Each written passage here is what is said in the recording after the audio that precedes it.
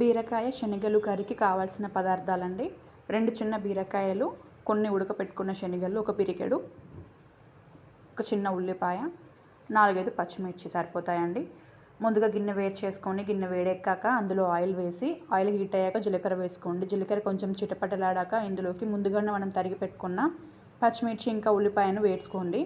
పచ్చిమిర్చి ఉల్లిపాయ కొంచెం వేగే వరకు ఆగండి. ఇప్పుడు పచ్చిమిర్చి ఉల్లిపాయ వేగాక ఇందులోకి ముందుగా మనం కట్ చేసి పెట్టుకున్న బీరకాయ ఉంటుంది కదండి, అవి వేసుకొని కలపండి. కాసేపు బీరకాయని మగ్గనివ్వండి. నేనైతే 2 చిన్న బీరకాయలు తీసుకున్నానండి, సరిపోతాయండి. ఇందులోకి మా ఇంట్లో 2 చిన్న బీరకాయలు ఉన్నాయండి, అవి తోటలో కాసినవి, అవి తీసుకొచ్చినామండి. టేస్ట్ అయితే చాలా చాలా బాగుందండి. అయితే కొంచెం కూర అయ్యేలాగుందని ఇందులోకి శనగలు యాడ్ చేస్తున్నాను, అలాగే కొంచెం టమాటా ప్యూరీ కూడా వేస్తానండి లాస్ట్లోకి. ఇప్పుడు బీరకాయలు పూర్తిగా మగ్గిపోయాక ఇందులోకి 1/2 టీ స్పూన్ పసుపు వేసుకోండి. 1/2 టీ స్పూన్ పసుపు వేసాక పచ్చివాసన పోయేంత వరకు వేయించండి. పసుపు స్మెల్ రాకుండా టేస్ట్ బాగుంటుందండి పచ్చివాసన పోయేంత వరకు వేయిస్తే. ఇప్పుడు కాసేపు మగ్గనివ్వండి బీరకాయని. ఇప్పుడు ఇందులోకి ఒక 4, 5 దంచి పెట్టుకున్న వెల్లుల్లి కూడా యాడ్ చేసుకోండి.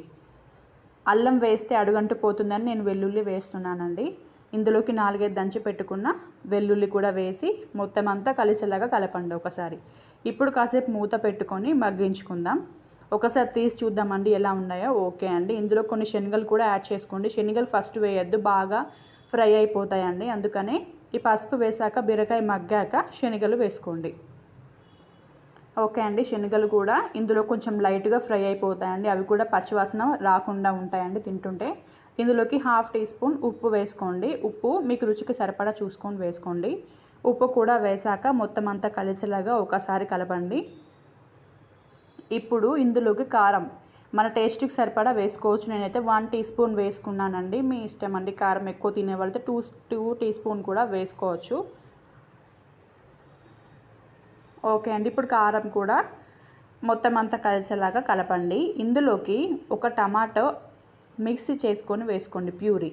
కట్ చేసి వేసుకుంటే కొంచెం గ్రేవీ లాగా రాదు, అందుకని మిక్సీ చేసుకొని వేసుకోండి. నేను ఫస్ట్ చెప్పడం మర్చిపోయానండి, టమాటో లాస్ట్లో యాడ్ చేసుకుంటే టేస్ట్ బాగుంటుందండి. ఇప్పుడు మూత పెట్టుకొని మగ్గించుకుందాం. ఓకే అండి. ఒకసారి కర్రీ ఎంతవరకు అయిందో చూసి చెక్ చేసుకుందాం. ఓకే అండి. టమాటా అయితే మంచిగానే ఉడుకుతుంది. టమాటో కట్ చేయకుండా ఇట్లా ప్యూరీ లాగా వేసుకుంటే కొంచెం అన్నంకి మంచిగా తడుస్తుంది అండి. కొంచెం కర్రీ వేసుకుంటే అన్నం ఎక్కువగా తడుస్తుందని ఇట్లా చేస్తున్నామండి. ఓకే, కాసేపు మూత పెట్టుకొని ఉడికించుకుందాం ఒక 2-3 నిమిషాలు. 2-3 నిమిషాల తర్వాత ఇప్పుడు చెక్ చేసుకుందామండి కూర మొత్తం అయిపోయిందని. ఓకే అండి. అడుగంటుకోకుండా మంచిగా వచ్చిందండి కర్రీ. ఇంతే అండి, సింపుల్ ప్రాసెస్లో బీరకాయ ఇంకా శనగలతో కర్రీ చేసుకున్నానండి. ఈ వీడియో కనుక మీకు నచ్చినట్లయితే please like, share and subscribe చేసుకోండి నా ఛానల్ని. Thank you for watching my video.